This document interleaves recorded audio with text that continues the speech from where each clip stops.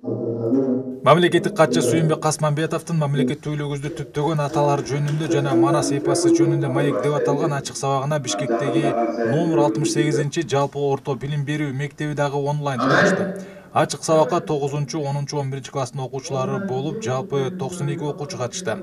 Окутуу кыргыз тилинде жүргүзүлгөн бул мектепте кыргыз мамлекеттүүлүгүн түптөгөн нысандар боюнча ачык сабактар байма-бай өтүп турары айтылды.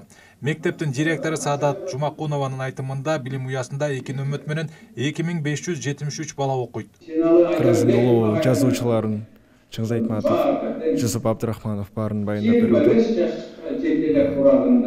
Билимдин кандай керектүү экен азыркыда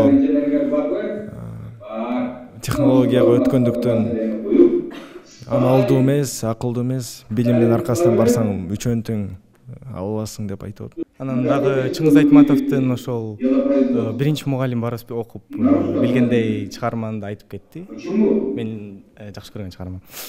Сабак абдан жандуу жана актуалдуу, себеби биздин жаш муундарга эң керек болгон сабак болуп жатат. Себеби биздин жаш өсүп келе жаткан балдарга биздин Манас эпосубуз, ата бабаларыбыздын баягы мамлекеттүүлүктү түптөгөнгө кошкон салымдары балдарга эң чоң таасир болуп кетип жатат. Бул онлайн сабагы бир гана окуучуларга эмес, ар бир кыргыз инсанына өтө керектүү маалыматтар берилип жатат.